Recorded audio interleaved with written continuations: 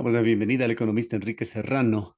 Él fue ponente por el Cabildo por el Agua de Cuenca en la sesión que tuvo la Corte Provincial de Justicia el pasado día viernes para la audiencia de apelación sobre la suspensión de la actividad minera en Quimsacocha.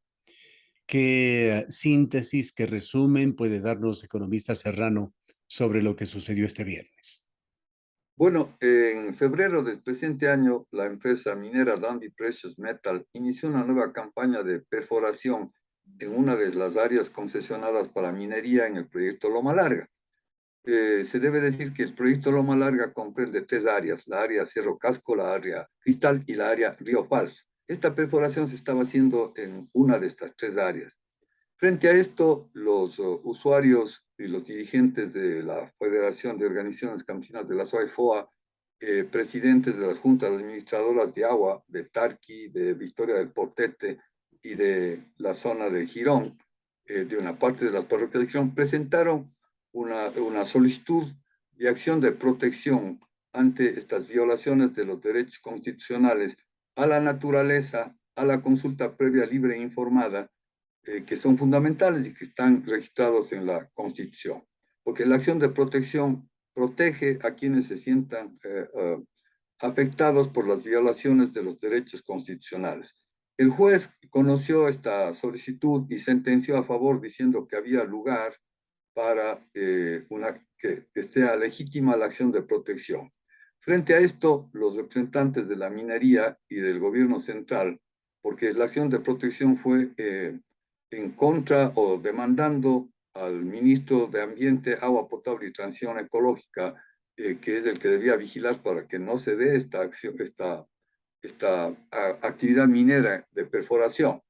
Entonces, frente a esto, los representantes de la minería, del Ministerio de Ambiente, del Ministerio de Energía y Minas, de la Procuraduría General de la Nación y de la Secretaría Jurídica de la Presidencia, más los abogados de la empresa, presentaron la apelación para que se suspenda o se anule esta acción de protección. En torno a esto, el día viernes pasado se realizó la audiencia para conocer esta apelación y debatirla. La audiencia estaba, digamos, atendida, o los jueces que atendían esta diligencia de apelación eran el juez Edgar Morocho, el juez Pablo Valverde y la jueza Miriam Granda Toral, quien era la ponente del caso y quien además dirigió la audiencia. La audiencia empezó a las 9 de la mañana y terminó cerca de las 7 de la noche. Entonces escucharon los argumentos de una parte, de la parte minera, y los argumentos de quienes defendían la acción de protección, particularmente representados por el doctor Yacu Pérez.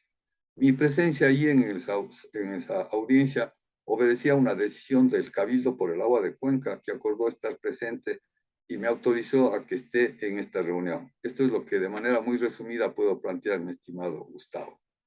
Yacu Pérez fue entrevistado el pasado día sábado en este medio de comunicación.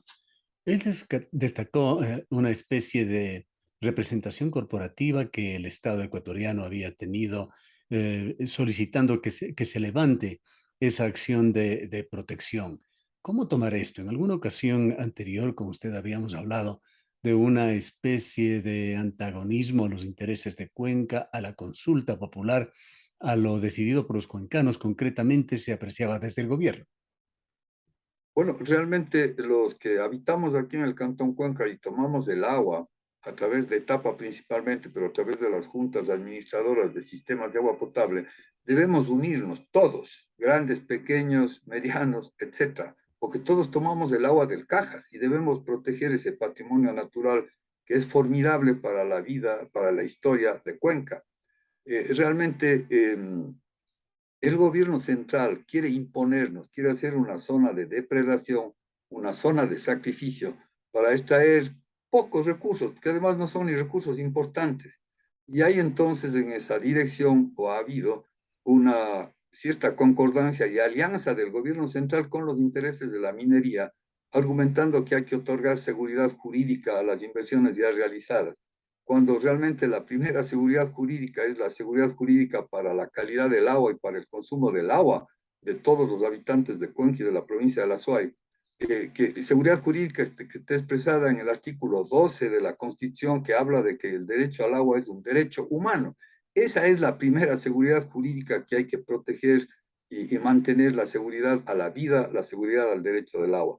Lamentablemente, Azuay, Cuenca, los azuayos, bueno, en esta ocasión estamos reaccionando y vamos a reaccionar y vamos a ganar esta batalla contra el centralismo. Nos hemos resignado a ser maltratados por el centralismo. Y obviamente el centralismo urdió y organizó una serie de leyes orgánicas, de leyes secundarias, etcétera, que garantizan el poder discrecional de ellos. Esto se pudo constatar en esta audiencia. Habían 4 abogados del sector estatal central, representante de la Secretaría de la Presidencia de la República, representante del Ministerio de Energía, representante del Ministerio del Ambiente, Agua y Transición Ecológica, todos defendiendo los intereses de la compañía Dundee Precious Metals. Por ventaja, había también desde parte nuestra toda la voluntad y la decisión de contradecir y ver que lo plantearon estos defensores de la minera y sus aliados, los defensores del gobierno central, estaban equivocados. Esto es lo que señalamos, Gustavo. Y aquí permítame solamente mencionar un hecho real para que lo conozcan quienes escuchan la prestigiosa emisora que usted dirige. La empresa minera Dundee Precious Metals, para buscar financiamiento e inversionistas, tiene que presentar un estudio de factibilidad económico en la Bolsa de Valores de Toronto. Yo tengo acceso, hemos tenido acceso a ese estudio de factibilidad económica. Y en ese estudio de factibilidad económica plantean que producirán 2 concentrados, oro pirita y oro cobre. En el concentrado de oro cobre, ellos mismos reconocen que hay un contenido de entre 8.5% y 10% de arsénico. En tal razón, inclusive ellos van a llevar ese concentrado de oro cobre a ser refinado en una refinería en la nación, en la República de Namibia, en donde ahí les toleran esta cosa monstruosa de la contaminación por arsénico. Resulta pues que entonces hay arsénico al granel en enormes cantidades y el arsénico es un veneno tremendo. Este es solo uno de los venenos que existe, uno de los elementos químicos venenosos originados. Pero permítame también decir la cuantía. Resulta que más o menos ellos piensan exportar 2 millones de toneladas entre oro pirita y oro cobre de estos 2 concentrados. El concentrado que más volumen de exportación va a tener es el de oro pirita, alrededor de 1.800 toneladas en los 12 años de actividad de la minera en Loma Larga. Y más o menos 200.000 hectáreas corresponden a oro cobre. Si sacamos el 10% de este concentrado, ellos mismos van a transportar alrededor de 20.000 toneladas de arsénico, o sea, de veneno puro. Por eso es que es una explotación que va a dañar la salud de todos realmente. Más Pero del arsénico, eh, economista Serrano, hay otros productos que pueden darse allí y de allí que era muy importante el estudio de aguas subterráneas, estudios sobre los cuales persiste una gran polémica. Intervino eventualmente la Universidad de Cuenca. Entendemos que hay otro cuerpo de técnicos auspiciados por las mineras que están trabajando en este tema. En todo caso, nos referimos, a más del arsénico, a la presencia de compuestos sulfurados que están en forma natural, por lo general en este tipo de minas, conjuntamente con el oro, conformando productos o componentes áureo-sulfurados que al romperse el suelo entran en contacto con el agua y son el producto principal de acidez en el agua. Entre otros componentes, hay el alto riesgo de que se conviertan estos compuestos en ácido sulfúrico y podría generar un daño ambiental irreparable en toda la zona. ¿Qué es lo que dicen los estudios de impactos ambientales sobre estos temas, compuestos áureo, perdón, sulfurados, así como fractura de suelos? ¿Qué efectos podría tener? bueno, en el estudio de factibilidad económica presentado en la Bolsa de Valores de Toronto, claro, la compañía esconde esto.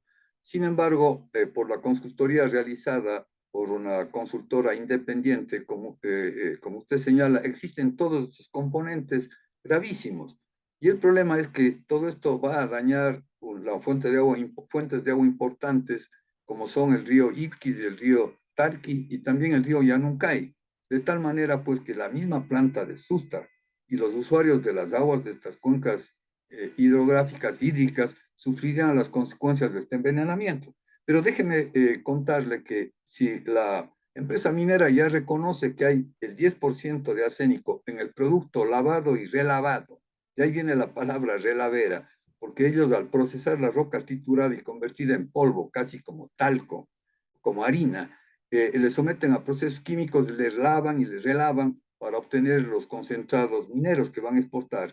Y entonces resulta que ellos van a dejar más o menos entre 5,5 y 6 millones de toneladas de este material relavado en la denominada relavera, que puede venirse abajo por acción del aire, por acción de la lluvia, por la acción de sismos. Relavera Ahora, que se pretende ponerlo en algún sitio dentro del Cantón Cuenca. cerca, sí. Si esa relavera sufriera un daño el dique, porque los diques no son hechos, o los represamientos son hechos de manera precaria para que solamente beneficien la producción o la explotación minera mientras ellos están, se rompería esa relavera y todo el lodo tóxico conteniendo arsénico, los productos que usted señala y todo lo demás, en poco tiempo se vendría hacia Victoria del Portete, bajaría por el río Tarqui, bajaría por el río Yanuncay, tal como ocurrió en el desastre de Brumadinho en Minas Gerais, o tal como ocurrió también acá en la Josefina, porque la condición geológica de nuestros suelos, como ya conocemos luego de la situación tremenda de la Josefina, es inestable, o como ocurrió el año pasado en la zona de Chunchi, recordará Uh usted -huh. que hubo por el asunto de, de humedecimiento de los residuos y del material, un enorme desbordamiento de lodos. Y Y el sucedió caso de también en Ponce Brumadinho es Enríquez. terrible. Sí, entonces, lo que usted señala es así, usted tiene conocimientos de química y lo dice con mucha claridad, sí. Entonces, ¿qué pasa? La compañía minera, mientras estén los 12 años y más 2 años que ellos dicen que van a hacer el cierre de la mina, en los 14 años, estará cuidando de que no se derrumbe el muro o de que no se viertan las aguas. No sé cómo lo van a hacer porque es muy costoso limpiar todos los elementos Claro. químicos venenosos. Economista Pero ellos se Serrano, irán y dejarán esa bomba de tiempo allí. dentro de esta presencia corporativa del Estado ecuatoriano en esta sesión del día viernes, ¿qué papel jugó el Ministerio del Ambiente, cuya principal responsabilidad es justamente la protección del medio ambiente? Simplemente darle la razón a los representantes jurídicos y a los ejecutivos de la empresa minera, es decir, señalando que no va a pasar nada, que no hay envenenamiento, que son exageraciones, que todo está muy bien calculado. Inclusive el Ministerio del Ambiente, Agua Potable y Transición Ecológica aprobó el estudio de impacto ambiental y el presentado y el plan de mitigación ambiental presentado por la DONDI, que ha sido cuestionado.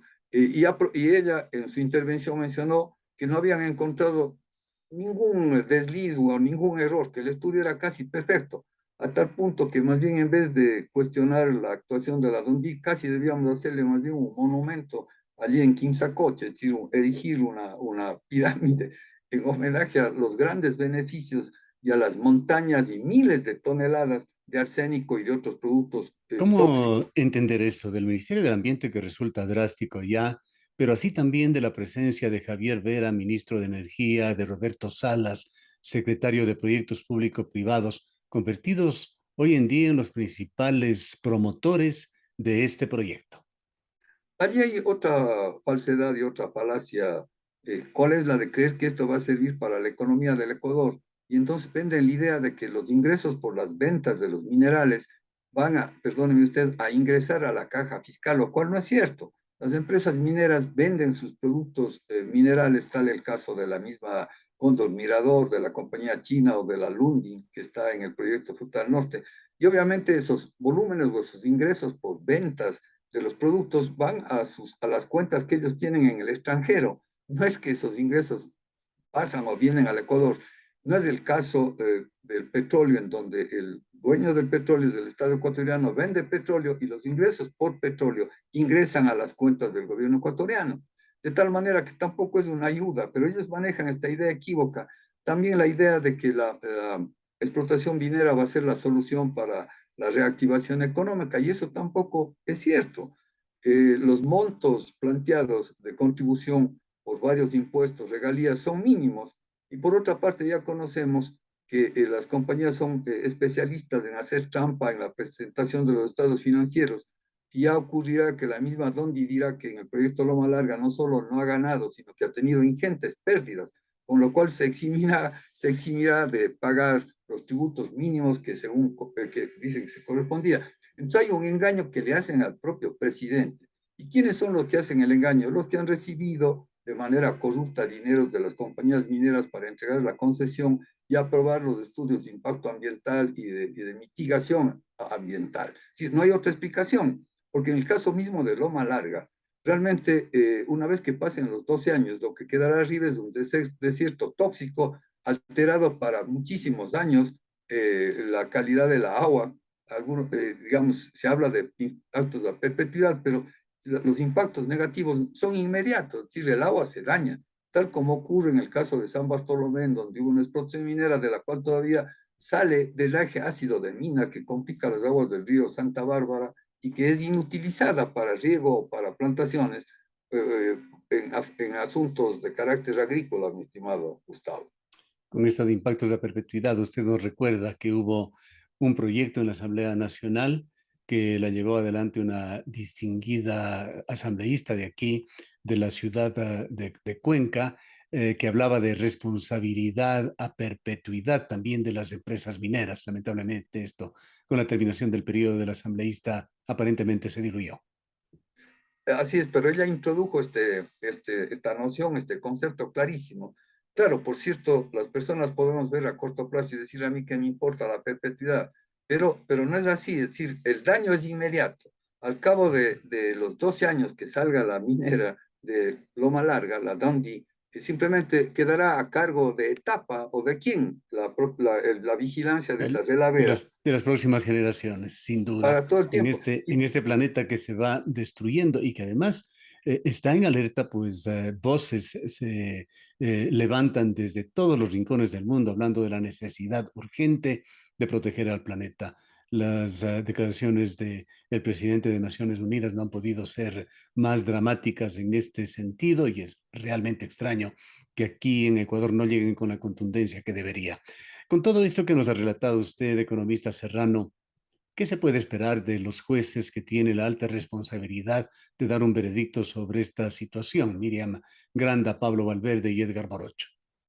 nosotros confiamos plenamente en ellos y sabemos que van a reiterar la decisión que en su momento ya se tomó con respecto al proyecto Río Blanco y conocemos el perfil profesional, la formación que tienen. De hecho, estarán sometidos a enormes presiones desde el gobierno central, pero ellos saben que la cantidad de arsénico, si la compañía dice que va a tener un 10% de arsénico en el producto que va a exportar, sería interesante calcular cuánto arsénico va a quedar en las reraveras. Yo me he permitido hacer algunos cálculos y son miles de hectáreas. En el menor de los casos quedarían en la relavera alrededor de entre 50 y 100 mil toneladas de arsénico, aparte de todos los otros elementos químicos tóxicos como plomo, etcétera, y aparte del drenaje ácido de mina. Los jueces estamos seguros de que van a ratificar la acción de protección para que de una vez por todas se prohíba el trabajo de la explotación minera en este patrimonio natural, que además, Gustavo, es una de las reservas mundiales de la biosfera que está en el macizo del Cajas.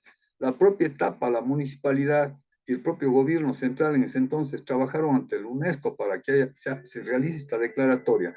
De tal manera que la condición del macizo del Cajas es semejante, por ejemplo, a la de Galápagos o a cualquiera de las otras reservas de biosfera a nivel mundial que tiene el Ecuador, que son alrededor de seis, por ejemplo, el Parque Nacional Podocarpus. Entonces, yo estamos seguros de que ellos son conscientes de que no podemos dañar el lugar natal en donde hemos vivido, han vivido nuestros ancestros y continuarán viviendo nuestros descendientes. Es decir, no podemos convertir esto en un Chernobyl. ¿A dónde iríamos además? Mm. Si de pronto, si el agua se daña, tal vez algunas personas podrán fabricarse o comprar máquinas para sacar el arsénico, sacar el plomo o sacar el cadmio u otros, o el ácido sulfúrico que habrá dañado al agua, pero obviamente la cantidad de agua también se va a deteriorar porque hay una destrucción de la biosfera, de las plantas, de todo, digamos, y de la relación con las aves, con los mamíferos, con los invertebrados, etcétera. El otro día nomás Finalmente, había un economista reclamo. Serrano, lamentablemente el tiempo se nos acaba, pero quisiera preguntarle si de alguna manera, a través de la documentación, pues en un juicio lo que cuenta es lo que se presenta, se habrá hecho trascendente a los jueces tantos y tantos estudios definitivos sobre Quimsacocha, como aquel que presentó el equipo liderado por el geólogo Julio Fierro, que fue divulgado recientemente aquí en la provincia de La Suay y que está a disposición del público, o el académico William Sacher, o la empresa medioambiental ciudadana de Canadá, Mining Watching. Yo pienso que sí están incluidos, sino claro, son temas además un poco especializados. A mí mismo me cuesta bastante entenderlos y transmitirlos. Pero hay una voluntad cierta, Gustavo. Nosotros no podemos permitir el envenenamiento de nuestras fuentes de agua y la destrucción del ecosistema del páramo. Ya basta. Sí, sería un absurdo que toleremos. Por eso pedimos a toda la ciudadanía cuencana. Este es un asunto de solidaridad. No podemos pensar que este es un tema de las juntas administradoras solamente de Tarqui, de Victoria del Portete. Es un tema y es una preocupación para los 600.000 habitantes de Cuenca, de tal manera que todos tenemos que hacernos presentes en un momento determinado cuando tengamos que realizar plantones y reclamos fuertes por este concepto, mi estimado Gustavo. Bien, queremos agradecerle, economista Serrano. Muchas gracias a usted. El economista Enrique Serrano fue director de El CREA y estuvo en la sesión del día viernes pasado en la Corte de la SUAY como ponente por el Cabildo por el agua de Cuenca.